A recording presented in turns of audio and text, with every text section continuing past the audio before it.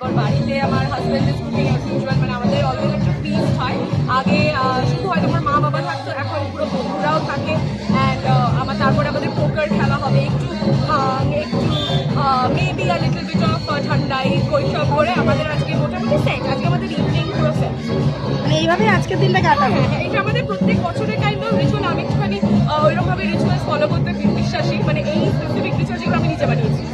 আচ্ছা, সো এই this is one of those things that we do it for the last 6-7 years.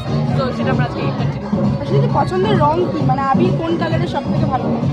আমার actually সব রঙই ভালো লাগে, জানো তো। মানে আমার একটু ইউনিক কালার যদি দেখি, আমি সেগুলোর দিকে বেশি গ্র্যাভিটেট করি।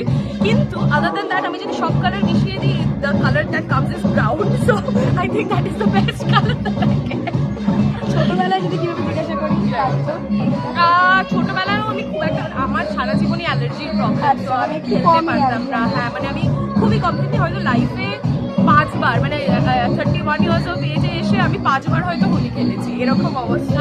মানে হ্যাঁ, বাট দেন অ্যাগেন কোনোদিন মনে হয়নি যে কেমন আশেপাশে সবাই বাদরমুখী রং মেখে ঘুরে বেড়াতো, আমি বসে থাকতে পুরো সাদা ধুপধুপে হয় করতে করতে।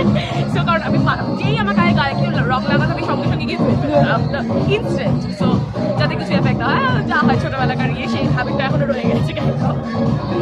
Thank you so much. Thank you. Thank you.